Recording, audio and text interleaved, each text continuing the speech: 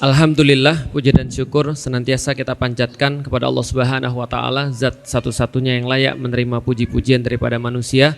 Allah yang telah menciptakan kita, kepada Allah kita akan dikembalikan pada satu saat yang tidak ada keraguan di dalamnya. Maka selama di dunia kita memohon kepada Allah agar kita dibantu untuk senantiasa bisa untuk berzikir kepadanya, beribadah kepadanya, serta mempersiapkan bekal-bekal terbaik untuk berjumpa dengannya.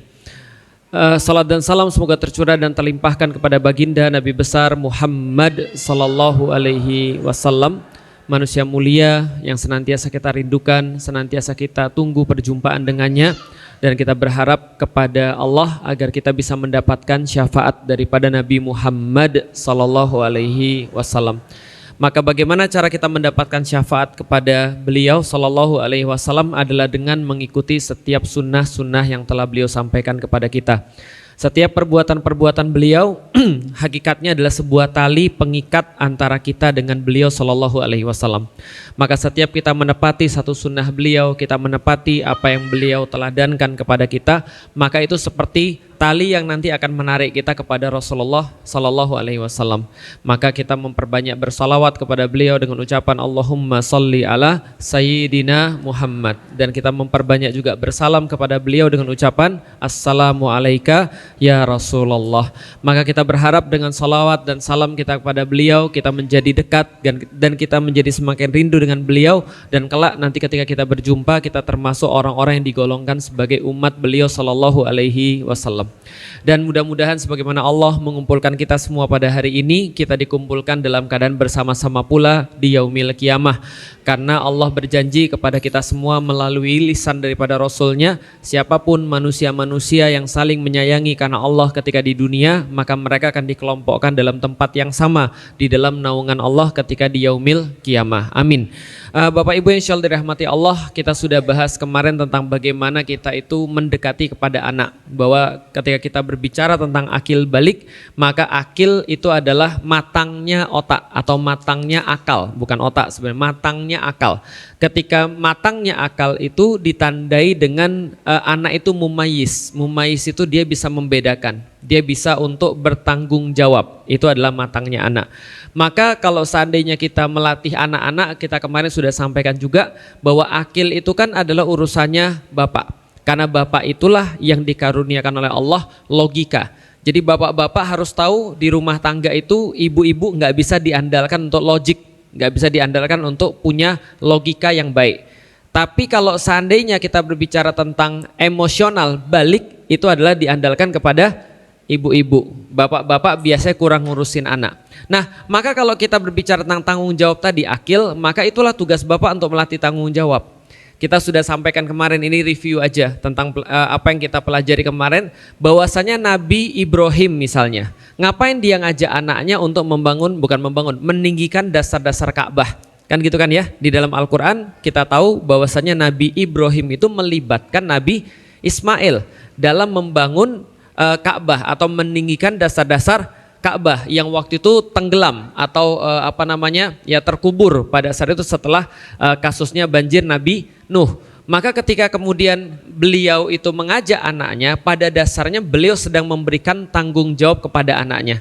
Maka sampai sekarang kita kenal ada namanya Maqam Ibrahim, tempat Nabi Ibrahim berdiri ketika meninggikan dasar-dasar Ka'bah. Ada yang namanya Hijr Ismail. Hijr Ismail ya karena Nabi Ismail yang numpuk kemudian batu-batu di sekitar situ. Nah makanya ini memberikan tanggung jawab pada anak adalah tanda-tanda dia itu sudah akil. Akil artinya dia tahu ini boleh, ini nggak boleh. Ini pantas, ini nggak pantas. Dan dia punya sebuah niat serta kekuatan untuk mendekati yang baik dan menjauhi yang buruk. Ini tanda-tanda akil. Makanya kalau anak-anak itu sudah akil, maka dia biasanya mulai malu, cowok mulai malu main sama cewek. Mulai dia tahu bahwasannya dia tertarik sama cewek, maka dia jaga dirinya sama cewek. Ketika dia sudah mulai akil misalnya, kita sudah mulai minta dia untuk yuk kamu jadi imam, yuk kamu tanggung jawab di rumah, jagain ya adik-adikmu. Ini memang sebuah tindakan yang harus dilakukan oleh orang tua. Karena akil itu adalah tugasnya bapak. Maka Ibrahim ngajak anaknya, yuk nak ikut bapak. Kenapa? Supaya anak itu tahu tugas bapaknya itu apa, kerjaan bapaknya itu apa. Tapi jangan cuma atau kerjaannya aja. Nanti kayak di Instagram, bapak gue PLN, lu mau apa? Itu kan ya. Bapak gue. Ya enggak gitu. Tapi maksudnya mengetahui kerjaan bapaknya tuh supaya dia punya tanggung jawab. Karena akil itu tugas daripada ayah. Maka ayah ngajak ke kantor untuk ngeliatin ini lo tugasnya ayah. Kenapa ayah dari pagi sampai sore misalnya mengerjakan ini? Ya supaya Abi misalnya atau ayah bisa untuk tanggung jawab pada keluarga. Nah itu anak diajarin juga. Bahwa saya sebagai laki-laki dia harus tanggung jawab. Ini adikmu perempuan, kamu tanggung jawab sama adikmu. Kalau Abi sudah nggak ada, kalau ayah sudah nggak ada, yang jagain siapa adikmu? Kamu, karena kamu adalah laki-laki. Ini kakakmu, kamu juga jaga karena kamu laki-laki dia perempuan. Lah kalau adiknya laki-laki, berarti kamu harus buat gimana caranya dia punya tanggung jawab sama kayak kamu. Karena ini ditengenalkan tanggung jawab itu ya pada saat akil itu. Akil itu memang tugasnya agak susah, makanya diberikan pada orang tua laki-laki. Maka laki-laki itulah yang didik dia secara logik hidup tuh seperti apa. Enggak ada yang mudah, yang namanya segala sesuatu tuh pasti sulit. Kalau yang bagus nikmati prosesnya. Ini adalah tentang akil. Nah pada hari ini Bapak Ibu sekalian saya coba ingin berbicara lebih banyak tentang laki-laki. Karena kalau kita berbicara tentang keluarga, balik lagi kita cuma berbicara tentang dua, yaitu tentang laki-laki kalau enggak tentang perempuan. Dan interaksi antara laki-laki dan perempuan. Nah, kalau kita bicara tadi tentang anak, khususnya misalnya kalau anak akil balik, mau dia laki-laki, mau dia perempuan, maka laki-laki atau bapaknya yang ngajarin bagaimana cara berpikir yang benar baik pada laki-laki ataupun pada perempuan. Ini adalah tugas daripada bapaknya untuk akil. Nah, sekarang kalau kita bicara tentang laki-laki, pertama-tama harus kita sampaikan dulu laki-laki dan perempuan itu berbeda. Sepakat atau enggak? Sepakat. Kalau ada yang nggak sepakat bahwa laki-laki dan perempuan itu berbeda, maka kita nggak bisa lagi ngomong apa-apa lagi. Kenapa? Karena kalau seandainya kayak orang-orang barat, mereka mengatakan laki-laki dan perempuan itu sama aja dan perlakuannya disamain aja, ya udah itu masalah mereka. Itu masalah mereka karena nggak mungkin keluarga bisa dibentuk kalau yang sama semuanya. Bisa dipahami? Laki-laki sama laki-laki nggak akan bisa bentuk keluarga. Bahkan mohon maaf ya, kan orang-orang barat bilang laki-laki dan wanita itu sama aja. Banyaklah debat-debat antara kaum feminis di barat dengan laki-laki. Mereka bilang gak boleh dibedakan antara laki-laki dan perempuan. Udah pokoknya jangan lagi bedakan laki-laki dan perempuan. Tidak boleh kita menyebut he dan she. Gak boleh menyebut dia laki-laki dan dia perempuan. Semuanya sama. Ya udahlah. Orang-orang mereka aja, mereka bilang kan gak boleh dibedain. Tapi mereka gak konsisten sebenarnya. Mereka menolak laki-laki dan wanita yang jelas-jelas ada. Laki-laki itu ada, wanita juga ada. Tapi mereka menerima yang namanya LGBT. Benar gak? Gak apa-apa, kita tuh jangan membedakan. Namanya cinta, ya cinta. Kalau laki-laki cinta sama laki-laki, ya sok wae atuh. Kalau perempuan cinta sama perempuan, ya silahkan aja. Ini kan mereka bilang gak usah dibeda-bedain. Pertanyaannya, yang LGBT itu ada gak peran laki-laki dan peran perempuannya?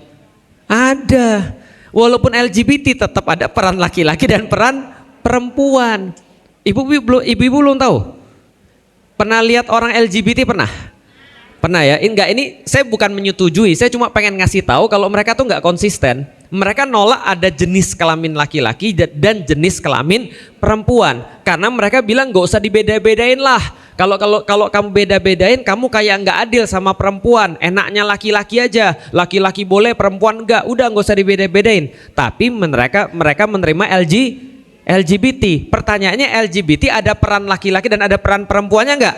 Ada. Contoh ya, kemarin di TV ada cowok sama cowok. Ya kan ya, cowok sama cowok. Haram ya jelas ya, nggak boleh jelas ya. Kalau ketemu diapain? Sikut aja lah minimal. Saya nggak ngajarin gitu ya. Jadi laki-laki sama laki-laki. Nah, ini love-lovean. Mereka bilang apa? Suami istri, kan gitu kan ya. Itu rame tuh kemarin di Instagram. Sudah berapa lama lu nikah? Oh aku nikah udah 3 tahun. Cowok sama cowok. Tapi ada nggak di situ yang perannya jadi cewek? Ada. Ada cowok yang jadi cowok, ada cowok yang perannya jadi cewek. Sama kayak cewek sama cewek yang lesbi itu, ada yang perannya jadi cowok, ada yang perannya jadi cewek. Artinya apa? Keluarga. Jadi gini maksudnya, yang LGBT aja itu berbagi peran gitu loh. Nggak mungkin mereka semua tuh sama gitu. Apalagi yang normal, paham ya? Yang haram aja itu bagi tugas. Kalau seandainya yang halal nggak mau bagi tugas, itu nggak masuk akal. Maka laki-laki dan perempuan itu ada dan jelas berbeda. Dan kita kasih tahu dari awal, perbedaan antara laki-laki dan perempuan itu bukan supaya laki-laki lebih tinggi dan perempuan lebih rendah. Enggak. Tapi memang dengan fungsi masing-masing untuk menuju pada satu hal yang sama. Contoh, kalau sendal itu semuanya kanan, bagus atau enggak? Ya enggak bagus. Pernah pakai sendal semuanya kanan? Lah, kan enggak semua harus sama kan? Kalau sendal itu sebelah semuanya kanan, ya jalannya miring. Apalagi sepatu semuanya kanan. Lah sepatu yang sempurna itu ada sepatu kiri dan ada sepatu kanan, itu baru benar. Kenapa? Karena perbedaan itu tidak semuanya salah, tidak semuanya bermasalah, bisa ditujukan untuk sesuatu yang sama. Maka dari dulu kita bahas tentang keluarga, kita harus tahu cowok dan cewek itu berbeda. Apa perbedaan yang paling mencolok? Ya tadi, akil itu diberikan pada laki-laki karena laki-laki pakai logika. Sedangkan balik diberikan pada perempuan karena perempuan pakai emosional. Lalu apa yang dijadikan laki-laki itu punya logika? Konsekuensinya apa? Konsekuensinya coba ingat baik-baik, laki-laki yang paling penting dalam hidupnya adalah harga diri. Apa yang paling penting? Harga diri. Harga diri itu apa sih? Eksistensi. Eksistensi itu apa sih? Dianggap oleh orang bahwa dia itu punya nilai. Itu yang paling penting bagi laki-laki. Mau contoh yang paling ekstrim? Nih lihat ya. Kalau kita perhatian orang selingkuh, itu biasanya selingkuhannya lebih jelek atau lebih cakep? Biasanya. Ya, biasanya lebih jelek. Biasanya. Kenapa lebih jelek? Ya pertama, saya sudah pernah bahas, orang yang selingkuh itu matanya ditutupi oleh syaitan. Maka dihiaskan pada selingkuhannya itu yang cakep-cakep, dan ditutupi pada pasangannya itu yang baik-baiknya, sehingga dia nggak bisa lihat yang baik pada pasangannya yang halal, tapi dia ngelihat banyak yang baik pada pasangannya yang haram. Itu yang pertama. Yang kedua, Bapak Ibu sekalian, kalau Anda perhatikan, ini bukan nyuruh Anda nonton infotainment ya, ini saya dengar aja. Ketika saya dengar alasan kenapa sih orang tuh selingkuh, lihat nih, kebanyakan laki-laki tuh bilang, aku dianggap sama orang itu. Paham? Di rumah dia nggak dianggap, di rumah harga dirinya hilang, harga dirinya hancur, sama selingkuhannya dia dianggap orang. Bisa difahami sampai di sini? Maka dia pergi ke situ. Dan ini kasus pada banyak sekali laki-laki. Mau dia anak kecil, mau dia dewasa, mau dia sudah tua. Karena laki-laki itu sama aja. Orang bilang apa definisi pria dewasa? Definisi pria dewasa adalah anak-anak yang bisa punya anak. Paham maksudnya Bapak Ibu sekalian? Jadi sebenarnya dia cuma anak-anak aja. Maka guyonan istri saya, anak saya 4 tapi yang diurus 5. Paham Bapak Ibu sekalian? Karena termasuk yang diurus adalah suaminya. Karena itu sama kayak anak-anak. Karena laki-laki itu nggak pernah gede. Mohon maaf ya bapak-bapak ya. Itu guyonan. Maksudnya apa? Laki-laki itu dari dulu tuh memang begitu, nggak pernah dewasa. Secara neuroscience, udah saya kasih tahu kan ya, perempuan itu 26 otaknya matang dan nggak bisa berkembang lagi. Sedangkan anak laki-laki 28. Tapi kenyataannya kalau perempuan naik otaknya sampai 26, terus kemudian 26 matang gitu kan. Laki-laki nggak, dia naik sampai umur 5 tahun, terus kemudian standar, lalu kemudian menurun gitu. Nah itu artinya ya laki-laki tuh kayak anak-anak terus. Makanya ada banyak yang bilang, Ustadz ini sekarang suami saya kerjaannya beli gandem, kerjaannya beli robot Ustadz, kerjaannya beli mainan, Tamiya Ustadz dan segala macam. Ya memang begitulah laki-laki. Laki-laki itu yang paling penting adalah eksistensi. Maka nggak dia gede, nggak dia anak kecil, yang paling penting bagi laki-laki adalah eksistensi. Lihat, anak-anak kita yang masih kecil dan dia laki-laki itu sudah menunjukkan perbedaan dengan perempuan. Perempuan nanti insya Allah kita akan bahas lebih lengkap lagi. Tapi kalau laki-laki, dia pasti akan selalu nyari pengakuan dari orang tuanya. Lihat nggak sih, anak-anak kita senantiasa nyari pengakuan dari orang tuanya. Kalau dia nggak dapat pengakuan yang baik dari orang tuanya, dia akan cari dengan cara apapun, termasuk dengan berbuat nakal atau berbuat buruk.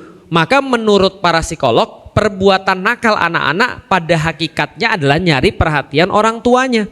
Maka contoh misalnya dia berbuat sesuatu terus dia berharap pujian. Kalau dia nggak dipuji dia bilang keren nggak, bagus nggak, hebat nggak. Itu anak laki-laki. Karena anak laki-laki konstan senantiasa perlu pengakuan. Karena yang paling penting adalah harga diri. Tapi sayangnya kebanyakan orang tua di Indonesia termasuk saya, kadang-kadang kita justru pintar menghancurkan harga dirinya anak-anak. Betul nggak? Itu aja bangga. Pasti teman-temanmu dapat lebih gede daripada itu. Udah, yang penting tuh nggak boleh gitu. Yang penting tuh kamu kayak gini. Dan seterusnya, dan seterusnya, dan seterusnya. Kita menghancurkan harga diri. Terutama bagi laki-laki, harga diri itu penting. Ketika dia kecil dimarahin sama ibunya. Ketika dia jadi suami dimarahin sama istrinya. Pas udah tua anaknya marahin, cocok lah.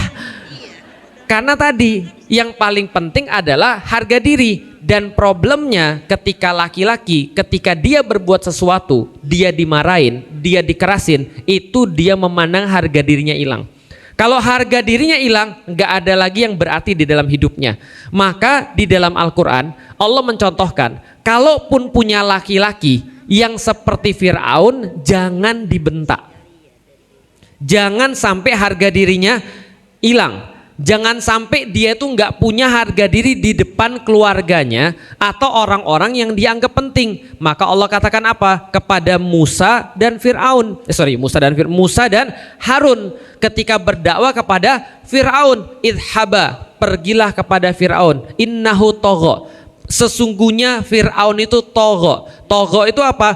Togho itu adalah yang lebih parah daripada sombong. Itu togho. Togho itu adalah sombong yang sudah tingkatan akut, yang sudah mulai jadi mudorot besar. Karena Fir'aun itu kesombongannya membawa dia merasa bahwa dia adalah Tuhan yang boleh mematikan dan boleh menghidupkan. Akhirnya dia ngebantai orang-orang Bani Israel. Ini kan Fir'aun. Maka kemudian idhaba ila fir'auna innahu togho. Maka pergilah kalian berdua kepada Fir'aun, sesungguhnya Fir'aun itu adalah sangat-sangat melampaui batas. Kalau orang sombong itu disiksa di neraka. Togho itu siksaannya lebih parah daripada orang sombong. Karena dimasukkan dalam neraka yang paling bawah. Maka siksaan terhadap Fir'aun itu ujiannya besar. Kenapa? Karena tadi melampaui batas. Kesombongannya sangat luar biasa. Fakula lahu, dan berkatalah kalian berdua kepadanya qaulal layyina. Perkataan yang lembut. Layyin itu adalah sesuatu yang awalnya keras lalu kemudian jadi lembut, atau sebuah barang yang bisa punya kualitas fleksibel, itu adalah layyin. Artinya adalah apa? Perkataan yang diminta oleh Allah diberikan kepada Fir'aun adalah perkataan yang lembut. La'allahu yatadzakkaru aw yakhsha. Perhatikan efek daripada perkataan lembut. Kata Allah, Musa dan Harun pergi kepada Fir'aun. Coba Anda relate dulu kondisi ini sebelum kita bahas suami ya, karena saya yakin suaminya nggak ada yang Fir'aun di sini. Tapi coba kita relate dulu kondisi Fir'aun. Fir'aun ini sudah bikin program bunuhin orang, laki-laki Bani Israel, dengan cara disembelih di depan bapak ibunya begitu baru lahir. Jadi bayangin ya, dia sembelih anak kecil laki-laki di depan bapak ibunya begitu baru lahir, dan program ini bukan sebulan 2 bulan. Program ini sudah dilaksanakan bertahun-tahun. Dari zamannya Musa belum lahir sampai Musa jadi nabi. Bisa dipahami ya? Ini adalah program yang sudah bertahun-tahun digunakan dan dipertontonkan kesadisannya di depan umum. Tentu kalau kita jadi Musa atau kita jadi siapapun, bayangin ini hari keberapa? 226 kalau nggak salah, pembantaian yang ada di Palestina. Stres nggak kita ngelihat itu? Stres, nggak habis-habis. Walaupun udah hari ke-200, setiap hari itu ketika ngeliatin kita nangis, kita kayak putus asa dan sebagainya. Dan kita masih merasa kita di Indonesia. Kita masih merasa kita di sini masih ada hiburan, masih ada makanan dan segala macam. Lah ini Musa udah bertahun-tahun dibegitukan sama Fir'aun. Tapi ketika Allah meminta Musa datang pada Fir'aun, apa yang dikatakan? Innahu togho. Sesungguhnya dia memang melampaui batas. fakula lahu, maka ucapkan kepada dia qaulal layyina, perkataan yang layin, perkataan yang lembut, perkataan yang fleksibel, perkataan jangan yang keras, jangan frontal. La'allahu yatadzakkaru au yakhsha, agar efek daripada perkataan lembut ini membuat dia menjadi ingat. Yang kedua, membuat dia menjadi takut. Bisa difahami? Coba lihat ya. Kalau ada orang yang keras, lalu kita ngomong keras juga, kira-kira dia dengar atau enggak? Anda pernah lihat debat di TV-TV? Pernah? Ketika ada sudah orang bentak, keras ngomongnya, yang satunya lagi ngomong lebih apa? Lebih keras lagi.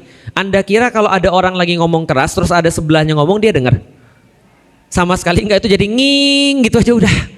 Paham ya? Artinya apa? Kalau kita ngomong, tujuan kita kan bukan siapa yang paling keras, tapi tujuan kita ngomong adalah siapa yang paling didengar. Maka kalau ada orang keras, omongan kita keras, kerasnya omongan dia itu membuat dia sudah nggak bisa dengar lagi. Dan kerasnya omongan kita kadang-kadang buat kupingnya itu sudah nggak bisa dengar, apalagi mau tahu tentang maknanya. Maka qaulal layyina atau sebuah perkataan yang lembut itu kalau bagi laki-laki lebih efektif daripada perkataan yang keras. Jelas ya? Ini Fir'aun. Karena Fir'aun ini nanti dua berhubungannya. Satu, berhubungan dengan Musa dan Harun sebagai pendakwah. Dua, berhubungan dengan Asiyah sebagai istrinya. Dan istrinya kita lihat di dalam Al-Quran tidak pernah dakwah kepada Fir'aun secara keras. Bahkan Allah abadikan hanya doanya Asiyah dalam kondisi, ya Allah, saya punya suami Fir'aun, saya tolong diselamatkan daripada kejahatan-kejahatan dia, dan bangunkan saya rumah di surga atas kesabaran saya untuk itu. Bisa difahami sampai di sini? Akhirnya apa? Karena kalau ada orang keras, kalau ada suami bermaksiat, Anda keras kepada suami Anda, perubahannya kemungkinannya 0. Kalau enggak 0, ya 0, sekian lah. Hampir enggak ada orang yang ketika berbuat salah lalu kemudian diteriakin, dimarahin laki-laki dan dia sadar, kecuali kalau memang dari awal dia sudah terlatih untuk takut sama istri. Jelas ya? Dan takut sama istri juga bukan perkara yang baik, by the way. Kenapa? Karena kalau dia takut sama istri, dia nggak bisa jadi pemimpin, dia jadinya pengekor. Bisa difahami ya? Nah, untuk mengeluarkan sifat kepemimpinannya itu, sifat kepemimpinan laki-laki itu muncul dari apa? Dari ego salah satunya. Ego tadi itu merasa punya harga diri, merasa punya value, merasa punya nilai. Maka ketika diteriakin, dimarahin, apalagi di depan anak-anaknya, apalagi kemudian di depan teman-temannya dan segala macam, dia merasa harga dirinya hilang. Ketika merasa harga dirinya hilang, dia mendengar atau tidak? Enggak sama sekali. Maka Musa dan Harun diminta oleh Allah, katakan pada Fir'aun perkataan yang lain. Perkataan yang lain punya dua efek. Satu, mengingatkan seseorang. Yang kedua, membuat dia merasa takut. Bisa difahami sampai di sini? Ibu-ibu kalau lagi teriak-teriak, anaknya biasanya ngapain? Tutup kuping kalau nggak pergi. Tapi kalau ibu-ibunya ngomong yang benar, yang serius, ngomongnya langsung ke hati, walaupun ucapannya tidak keras, walaupun ucapannya lembut, itu masuk ke hati. Bisa difahami sampai di sini? Oke, berarti bagaimana cara kita untuk berhadapan dengan suami atau anak laki-laki? Yaitu pertama adalah katakan kepada dia, jangan dengan sesuatu yang membuat harga dirinya jadi rusak. Tapi perhatikan bahwa anak ini perlu untuk dihargai eksistensinya. Misal, kalau misalnya ya, kita lihat ada anak-anak yang masih kecil, belum belasan tahun, pernah balik, kita bilang, misalnya contoh, yuk nak coba sekarang jadi imam yuk. Nah setelah jadi imam, wah keren banget, kamu udah berani, walaupun bacaannya masih berantakan, ya nggak apa-apa. Yang penting dihargai dulu. Sama kayak kemudian laki-laki itu penghargaannya apa? Bagi laki-laki ini secara umum ya, secara umum penghargaan cuma 2.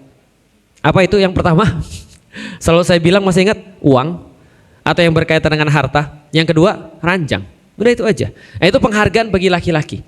Maka kalau sana ibu-ibu misal, apapun yang dia bawa ke rumah, ibu-ibu hargai. Ibu-ibu merasa bahwa ini adalah sesuatu yang baik, maka dia merasa bahwa itu adalah sesuatu yang baik juga dan merasa dirinya itu berharga. Contoh sederhana. Ya ini jarang dilakukan oleh bapak-bapak. Tapi kalau bapak-bapak suatu hari nanti, Pak, bapak-bapak boleh pulang bawa sesuatu buat istrinya, apapun itu. Tapi saran saya jangan baju dulu, karena kalau baju biasanya bermasalah biasanya. Nanti nggak cocok lah, warnanya lah dan segala. Nah itu maksudnya itu penghargaan itu. Coba bawa sesuatu, misal bawa makanan atau misal bawa bunga atau apapun, terserah lah misalnya. Nah itu dikasihkan kepada ibu. Nah kalau ibu lagi kemudian suaminya kayak gitu, jangan ngomong tumben, jangan. Paham ya? Itu di kepala cowok-cowok, dah lah. Karena itu membuat dia, sekali lagi yang paling penting bagi cowok apa? Harga diri. Maka jangan dibilang tumben dulu. Ya tunjukkan aja rasa senang. Lalu kemudian bunganya dikasih vas, ditaruh di tempat yang bagus. Nah itu melatih laki-laki untuk melihat, oh ternyata ketika aku berbuat begini, aku membuat orang jadi senang. Ketika dia senang, ibu masain sesuatu buat dia atau sesuatu yang lain, maka itu membuat harga dirinya laki-laki jadi naik. Ini namanya fitrah. Kita belum ngomong dulu tentang agama, karena gini ya, nih saya jelasin lagi, ngomong tentang harga diri ya. Harga diri itu dari naluri eksistensi atau naluri yang paling rendah pada manusia. Di atasnya harga diri atau eksistensi itu ada yang namanya naluri untuk melanjutkan keturunan, atau gampangnya rasa cinta. Jadi rasa cinta itu di atasnya daripada harga diri. Laki-laki kebanyakan yang belum selesai dengan harga diri, dia nggak bisa mencintai karena harga dirinya belum beres. Manusia pada umumnya, setelah kemudian harga diri ada rasa cinta, setelah rasa cinta baru kemampuan untuk bisa menyembah sesuatu. Jadi agama, gampang gitu ya. Jadi kalau laki-laki nih, jangan dulu nyuruh dia belajar agama. Orang dia ini jadi nggak beres. Kenapa nggak beres? Karena situasi zaman sekarang ini membuat laki-laki itu rendah diri. Membuat lelaki itu harga dirinya tuh hancur. Misal, laki-laki yang bagus itu kalau begini. Ini kan yang dibuat oleh masyarakat zaman sekarang. Kalau belum punya mobil bagus, kalau belum punya rumah bagus, kalau belum punya ini dan itu, belum dikatakan sebagai laki-laki. Apalagi zaman sekarang, sudahlah kemudian makin sulit laki-laki, tambah lagi skincare, kan gitu.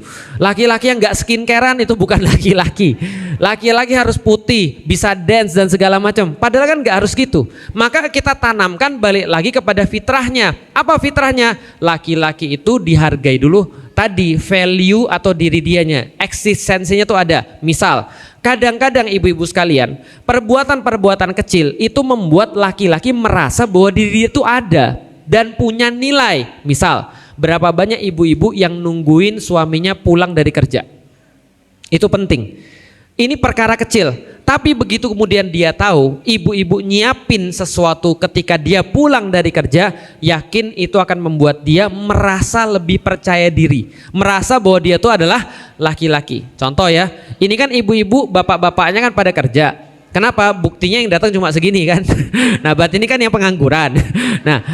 Nah yang kerja-kerja ini kan pulangnya kan sudah jelas jam berapa. Nah pas pulang kadang-kadang perkara-perkara singkat, cuma minum gitu kan ya di meja makan.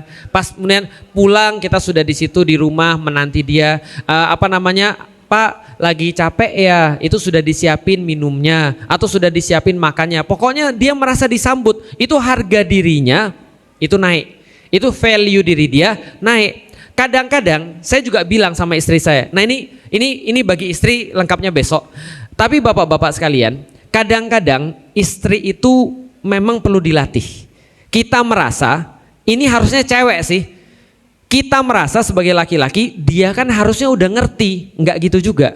Kadang-kadang kita perlu kasih tahu, aku tuh maunya ditungguin. Aku tuh maunya kamu ada di rumah ketika aku pulang ke rumah. Bagiku itu kalau seandainya aku pulang dari kajian jam 10, jam 11 malam, aku balik ke rumah, kamu belum tidur, itu sesuatu bagiku. Dan ketika tidur, udah, itu mulai tuh datang setan-setan tuh bagi laki-laki. Kenapa? Gua udah capek-capek di luar, buat dia, bukan buat siapa-siapa, pulang dianya tidur. Apalagi bangun komplain, paham Bapak sekalian? Nah, ini harga dirinya jadi rusak. Dia nggak merasa bahwa dirinya tuh punya value. Ketika dia nggak merasa dirinya punya value, lihat kalau anak-anak nggak dihargai di rumah, dia carinya di mana? Dia cari di luar. Mending kalau suami-suami yang nggak dihargai di luar, di rumah, ketika dia pergi keluar dapatnya pengajian, masih mending. Pelampiasannya ke dakwah, pelampiasannya ke kajian. Tapi kalau misalnya dia bukan orang kajian, ya udah ketemunya pasti yang berbahaya, yang sama-sama perlu perhatian. Akhirnya terjadi hal-hal yang tidak bermanfaat. Minimal dia akan pakai duitnya pergi keluar cari dugem. Kenapa? Cari pengakuan. Laki-laki hampir seluruh hidup dia itu cari apa? Pengakuan. Ingat ya, cari pengakuan tuh nggak mesti salah. Cari pengakuan tuh bukan berarti harus kemudian berarti akidahnya sudah salah. Enggak juga gitu. Karena orang-orang yang sudah akidahnya benar, ia juga tetap sebagai laki-laki dia cari pengakuan. Kan sudah saya sampaikan, laki-laki itu sifatnya satu paket. Kalau Anda pengen dia jadi pemimpin, kalau Anda pengen dia tuh nggak pelin-pelan, kalau Anda pengen dia bisa memutuskan sesuatu, kalau Anda pengen dia bertanggung jawab, Anda pengen dia melindungi, maka dia harus punya harga diri. Bisa dipahami ya, sudah selesai. Tapi kalau harga dirinya itu nggak punya, maka dia jadi rendah diri. Kalau dia sudah rendah diri, dia nggak bisa apa-apa. Maka harga diri ini kalau dalam Al-Quran mewujud pada apa? Mewujud pada pengendalian sombong dan pengendalian aba. Aba wastakbar, itu urusan harga diri. Lihat bagaimana laki-laki selalu bermasalah dengan harga diri. Mulai dari iblis. Iblis itu laki-laki atau perempuan? Jenis kelamin laki-laki atau perempuan? Lah jin kan ada dua, hubuthi wal khobaith kan itu kan ya. Jin laki-laki dan jin perempuan. Berarti kalau iblis yang laki-laki atau perempuan? Laki-laki. Kalau dia laki-laki masalahnya apa? Harga diri, bener nggak? Tiba-tiba iblis dikasih tugas banyak. Semua tugas bisa diselesaikan dengan baik. Ngurus bumi, oke. Sujud panjangin, bisa. Ruku panjangin, nggak ada masalah. Tiba-tiba dia ngelihat Adam. Kata Allah, aku akan menciptakan Adam, akan menciptakan manusia untuk mengelola bumi. Lalu iblis mikir, emang apa yang salah pada gue? Bisa difahami sampai di sini?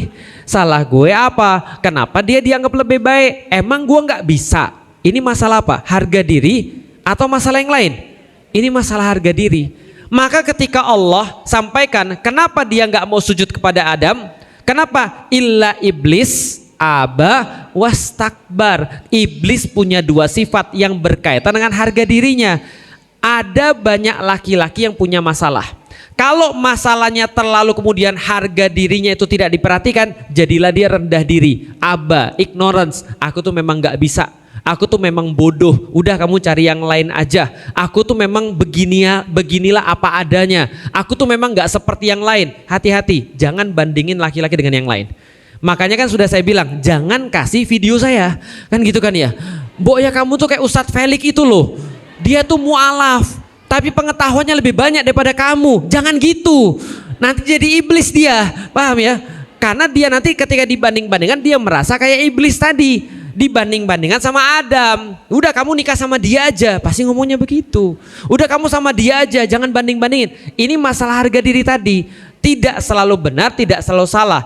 Problem cowok-cowok yang harga dirinya rendah, yang dia tidak pernah dihargai, yang tidak pernah dapat perlakuan-perlakuan yang istimewa dari istrinya adalah dia jadi aba, dia jadi ignorance, dia jadi nggak percaya diri, dia merasa dirinya lemah, nggak bisa apa-apa, aba. Tapi kalau ada laki-laki yang over percaya dirinya, jadinya wastakbar, jadinya takabur, jadinya sombong. Itu kalau sudah over.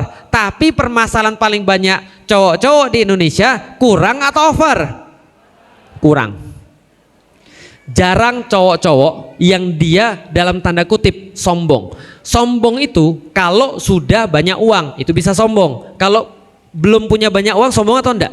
Enggak. Maka berapapun yang dapat dari suaminya dihargai. Makasih ya Bi, makasih ya sudah berjuang untuk kita. Kalau seandainya aku punya cowok yang lain mungkin belum bisa kayak gini. Kamulah yang memang bagus banget, keren banget. Kamu udah usaha walaupun dapatnya segini, tapi aku nggak lihat kok.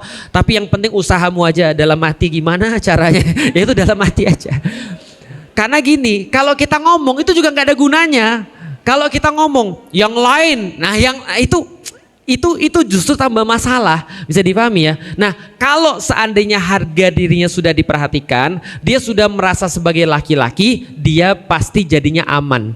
Ketika dia sudah aman, ibu-ibu ngomong apapun itu lebih pengaruh kepada dia. Contoh misalnya, kalau dia sudah merasa aman, dia sudah percaya, dia sudah merasa bahwa ibu tuh mensupport dia, ibu-ibu atau istri-istri itu benar-benar adalah satu-satunya yang bisa diandelin, misalnya yang bisa tempat curhat, menghargai dan segala macam, maka ibu-ibu bilang, kayaknya kita perlu ngobrolin tentang anak kita deh. Itu dia pasti lebih dengar daripada kalau pas lagi ada masalah kita ngomong. Udah miskin, kita nggak bisa apa-apa. Bulan depan ini kita bingung mau ngontrak di mana. Anak kita sekolah di mana? Dan dia tahu nggak masalah apa dia di sekolah? Mukulin orang. Jadinya dia tambah-tambah kan ya. Laki-laki adalah masalah harga diri tadi. Dan laki-laki otaknya tuh terbatas. Jangan ditumpuk-tumpuk masalahnya. Jangankan suami-suami ibu ya. Saya itu kadang-kadang di rumah itu karena saya stres sendiri tuh. Istri saya bilang, Bi, ini belum ditransfer. Oke, saya transfer ya. Bi, itu gimana ya gini-gini? Oke, nanti kita pikirin. Bi, ini tanggal berapa? Oke, nanti. Bi, ini Bi. Saya bilang stop. Satu-satu. Karena Anda lagi bicara dengan laki-laki. Dan kadang-kadang kalau saya bicara sama istri saya kan memang beda otak kan ya. Kan laki-laki sama wanita kan beda. Kalau wanita ngomongin sesuatu nggak habis, ngomongin ke yang lain itu baik-baik saja. Bagi saya itu stressful. Bisa dipahami kan maksudnya. Jadi besok kan ibu kan pergi haji nih. Nah terus kemudian ini Koko ada acara nih. Jadi gimana ya? Oke, gini aja, ada beberapa opsi. Laki-laki langsung pakai logika. Ada beberapa opsi. Satu, Koko tetap di Bogor, kita pergi ke Jawa. Yang kedua, Koko kita ajak, kita minta izin sama sekolah. Yang ketiga, kalau gitu ya kita tetap di sini, nggak usah pergi ke kampung biar ibu sendiri. Oh tapi ini nggak mungkin gini. Oke, kalau misalnya ini nggak mungkin, berarti cuma dua kemungkinan. Oke, kalau gitu kita pilih yang mana? Terus istri saya bilang, kita bahas dulu tentang besok nih ada acara lagi. Ini selesain dulu. Jelas sampai di sini. Itu stressful. Dan di titik itu saya merasa nggak guna, paham ya? Balik lagi ini adalah harga diri. Kita merasa nggak ada gunanya karena kita kayak nggak bisa nyelesain masalah, paham nggak sih maksudnya? Ada 7 masalah ditumpuk dan kita nggak nyelesain satu pun. Itu saya merasa nggak ada gunanya karena saya nggak merasa bahwa saya berguna dengan kemampuan saya sebagai seorang laki-laki. Bisa dipahami ya? Maka kalau kita pun punya banyak yang kita dipikirin, kasih kepada suami itu satu-satu aja. Karena yang penting kalau dia sudah punya harga diri, dia sudah punya nilai diri, dia percaya diri, dia baru bisa ditambah lagi masalahnya. Tapi kalau dia belum nyelesain yang satu, jangan tumpuk lagi masalahnya. Itulah ibu-ibu diciptakan oleh Allah, itu nggak banyak mikir, bisa dipahami sekalian. Supaya masalahnya bisa ditumpuk di situ. Nah, laki-laki diciptakan oleh Allah memang pakai, sekali lagi ya, ini bukan perkara yang bersifat merendahkan, bukan. Kan sudah saya bilang, laki-laki itu lemah, makanya perlu dibantu. Laki-laki dihargai terus. Emang saya juga nggak punya harga diri, Ustaz. Nanti kita bahas besok. Ternyata perempuan yang paling penting bukan harga diri, dan perempuan bukan diciptakan oleh Allah kebanyakan ya umumnya adalah logik. Kenapa? Karena itu beban laki-laki. Bayangin nggak sih kalau misalnya ya ibu-ibu sekarang gini ngomong sama laki-laki, ditambahin terus masalah, kira-kira suaminya gimana? Pergi dari rumah. Karena kebanyakan masalah dan dia pikir nggak bisa diselesaikan, dia pergi dari rumah. Kalau ibu juga stres kayak gitu, kira-kira siapa yang ngurusin rumah? Gak ada. Makanya ibu-ibu dikaruniai oleh Allah itu memang emosional. Maka apapun yang masuk pada ibu-ibu kan ibu-ibu gak perlu pikirin. Bahkan ketika ibu cerita kepada suami, ibu ngarepin jalan keluar kan enggak. Yang penting cerita kan ya. Nah itu perbedaan antara laki-laki dan perempuan. Maka laki-laki itu ya kita coba perhatikan harga dirinya. Kalau kita ambil contoh Fir'aun saja, Fir'aun itu masih Allah kasih sebuah kesempatan untuk berubah dengan cara apa? Dengan layyina, sebuah perkataan yang lembut, perkataan yang membuat dia ingat atau membuat dia merasa takut. Karena kenapa? Karena perkataan yang lembut itu tidak mungkin diucapkan kecuali orangnya yakin. Benar nggak? Kecuali orangnya yakin. Kalau Anda nggak yakin dengan sesuatu, biasanya jadi gini ya, kata orang-orang ini adalah sebuah adagium atau sebuah teori di dalam debat. Teorinya apa? Orang yang nggak pede itu naikin suara. Orang yang nggak pede itu teriak. Karena kalau orang yang pede, dia cukup mengatakan sesuatu dengan pelan, lembut, santai karena dia tahu itu benar. Dan perkataan yang kayak gitu itu membuat orang merasa takut. Kenapa merasa takut? Karena yang ngucapinya percaya diri karena ini adalah kebenaran. Maka kalau kita lakukan itu pada suami kita, tadi balik lagi suami kita pastinya bukan Fir'aun. Nih, saya kasih satu cerita. Ada satu ulama datang kepada penguasa yang zolim menurut dia. Datang kepada penguasa yang zolim menurut dia. Namanya Hasan al-Basri. Hasan al-Basri ini seorang khalifah Abbasiyah yang dia itu keren banget. Dan dia itu memang punya kekurangan, tapi dia tetap keren. Ada seorang ulama yang merasa dia zolim lalu datang kepada dia. Dan dia bilang pada Hasan al-Basri, saya mau ngomong dengan kamu dengan satu perkataan yang tegas dan keras. Karena kamu pantas untuk menerima itu. Karena kamu zolim menurut saya dan saya akan memperingatkan kamu. Sebelumnya biar kamu gak kaget, aku kasih tahu dulu, aku akan memperingatkan kamu dengan frontal, keras dan tegas. Hasan al-Basri bilang, kamu tuh mau ngapain sih ulama bodoh? Dia bilang gitu. Dia bilang apa? Ulama bodoh. Kaget ini, ulama nih kaget. Loh kok kamu bilang saya ulama bodoh? Dia bilang begini, Hasan al-Basri bilang gini, saya kasih tahu kamu bahwa kamu itu jelas tidak selevel dengan Musa dan Harun. Betul nggak? Jadi seulama-ulamanya orang ini kan gak selevel Musa dan Harun. Musa ini kan Bahrul Ulum, lautan ilmu. Ustadz mana yang berani mengklaim bahwa dirinya lebih pintar daripada Musa? Gak ada. Maka kemudian kamu pastinya tidak selevel Musa dan Harun. Dan aku gak sejelek Fir'aun. Bisa dipahami maksudnya? Aku separah-parah aku masih nerapin Islam. Aku gak sejelek Fir'aun dan kamu gak sepinter Musa dan Harun. Loh kok kamu bisa mau berkata kasar kepada saya?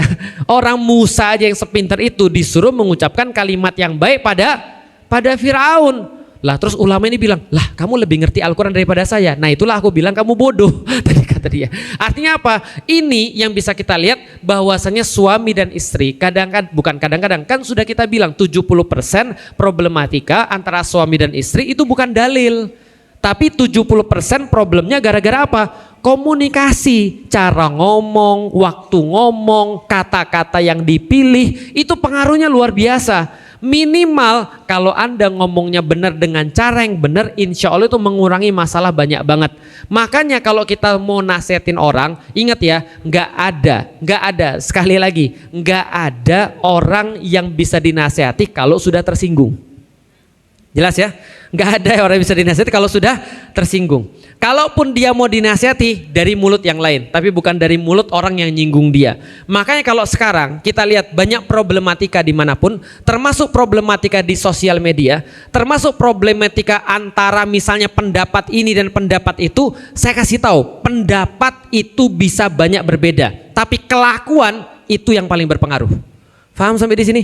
Anda mau bilang musik haram nggak ada masalah. Anda mau bilang musik halal ada juga dalilnya, tapi kelakuan itu yang menentukan. Paham gak sih maksud saya? Jadi kalau kelakuannya itu sudah nyinggung, udah, itu mau ngomong apa aja udah, orang gak akan terima gitu maksudnya. Apalagi kalau kelakuannya itu ya bahkan sampai menyakiti. Bisa dipahami ya?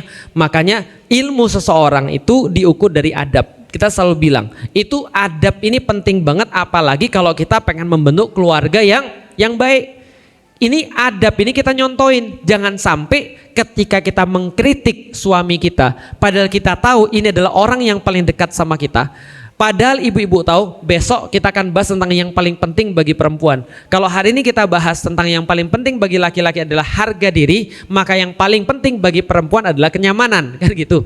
Nah, ibu-ibu harus tahu bahwasanya laki-laki itu ibarat sampan, dia itu yang menentukan bahwa sampan ini mau tegak, mau lurus, atau mau seperti apa, mau terbalik dia nentuin. Masalahnya adalah kalau terbalik, ibu juga sama. Bisa dipahami ya? Maka kita harus tahu tuh perlakuan kita ini seperti apa. Kalau adab kepada dia itu jelek, maka itu sama aja kayak ngancurin boatnya bareng-bareng, ngancurin perahunya bareng-bareng. Maka adab ini penting banget. Adab terhadap orang yang salah itu jauh lebih harus hati-hati daripada adab kepada orang yang sudah benar. Makanya ulama-ulama ketika mendakwai para pendosa, mereka lebih hati-hati adabnya daripada mendakwai orang-orang yang benar. Contoh ya, saya lagi sholat kemarin, Allahu Akbar, saya baca surat Al-Qiyamah. Lagi sholat di Turki, di bandara. Saya sholat di belakang saya jamaah, capek banget karena waktu itu kita sudah seharian dan kemudian kita harus nunggu jam 2. Kita baru sholat sekitar jam 11 malam, capek banget. Ketika saya baca, saya tahu ada beberapa bacaan saya agak salah, gitu kan ya, agak salah. Di belakang saya, setelah saya selesai sholat, jamaah Indonesia kan bodoh amat kalau ada yang salah ya. Ada tiba-tiba ada seorang jamaah masih muda, lebih muda daripada saya jelas, jenggotan panjang, terus dia bilang, "Assalamualaikum akhi." "Waalaikumsalam." "Anda bacaannya apa?" Anda dari mana?" "Indonesia." "Oh Indonesia, berarti bacanya apa? Hafiz ya?" "Iya, bacaan kita itu." Terus dia bilang, "Nah kalau bacaanmu itu, ini aku koreksi beberapa bacaanmu." Ketika saya dikoreksi, saya bilang apa? "Jazakumullah khair, makasih. Kamu sudah mau ngoreksi saya." "Kenapa? Saya ada masalah?" "Enggak, karena dia datangi saya satu-satu, yang lain enggak dengar. Dia cuma bilang, 'Kamu orang mana?' 'Kamu orang Indonesia.' 'Kalau kamu orang Indonesia, saya punya kemudian saran buat kamu. Bagus nggak buat saya?' 'Bagus.' 'Cara negurnya bagus nggak?' 'Bagus.' 'Saya terima nggak?' 'Terima. Makasih ya, besok jadi pengingat buat saya bahwa ini bacanya begini, ini harusnya dipanjangin, ini harusnya dipendekin dan seterusnya.' Gak ada masalah buat saya, karena cara negurnya bagus. Tapi kalau dia bilang, tiba-tiba pas lagi sholat setelah selesai, "Assalamualaikum warahmatullahi, assalamualaikum warahmatullahi." Teman-teman sekalian, inilah contoh orang yang gak mau belajar. Berapa tahun kamu mualaf? 20. Kira-kira gimana? Kalau kayak gitu kira-kira gimana? Lancang sekali kamu bacaannya, kira-kira gimana? Ya sudahlah, langsung main bola lah, saya langsung pakai sepatu bola sliding palanya kan gitu kan ya. Paham gak sih maksudnya? Ini adab untuk negur. Maka adab untuk negur orang yang salah harus lebih berilmu, karena orang yang salah tuh gak ngerti. Kalau orang yang benar insya Allah ngerti. Ketika kemudian dia ditegur, ya insya Allah dia baik kalau adabnya baik. Maka adab yang menegur itu penting. Suami juga sama. Suatu waktu saya bilang sama istri saya, kalaupun saya bermaksiat, saya jaga diri saya dari maksiat insya Allah. Saya orang yang ngerti dan mudah-mudahan saya jaga diri saya dari maksiat. Tapi saya bilang sama istri saya, kalaupun saya maksiat, jangan kamu ninggalin aku. Karena aku posisinya ngerti. Bisa dipahami sampai di sini? Kalau kamu ninggalin aku marah-marah, lalu kemudian seolah-olah aku tuh nggak pernah berbuat baik, kan gitu kan ya? Kalau perempuan kan kalau lagi marah kan gitu ya, kata-katanya selalu, tidak pernah, itu kan ya. Selalu begitu, selalu. Kalau WC nggak pernah dimatiin lampunya, selalu dan tidak pernah. Soalnya kita itu harga diri kita kan hancur gitu kan. Kita selalu bersalah dan tidak pernah baik kan itu kan ya. Nah jadi kalaupun aku maksiat, jangan ngingetin aku dengan cara seperti itu. Kamu cukup ada di sebelahku, kamu dukung aku dalam kebaikan. Selama ada baik kamu tetap dukung aku, insya Allah aku sadar. Itu kalau saya secara pribadi yang sudah, mohon maaf, yang sudah belajar. Ya kalau yang belum, nah itu lebih susah lagi. Makanya sabar. Namanya juga kita berkeluarga, dan dulu berkeluarga kita belum belajar agama ya kan ya. Kita belum belajar cara berkeluarga. Nah kita udah berkeluarga 17 tahun, mau selesainya besok kan ya. Gak bisa. Nah ini biar cepat selesai, ketemuin aja sama Ustadz Felix biar dia sadar. Masalah jadinya. Paham ya? Makanya sabar. Selama kemudian ibu-ibu masih ada di dekat dia, tetap bisa berkomunikasi. Tadi tips-tips yang sudah kita sampaikan. Harga dirinya coba naikin dulu. Ketika dia sudah nyaman, baru kita bisa memberikan kemudian dosis-dosis yang selanjutnya. Gitu ya. Semoga bermanfaat.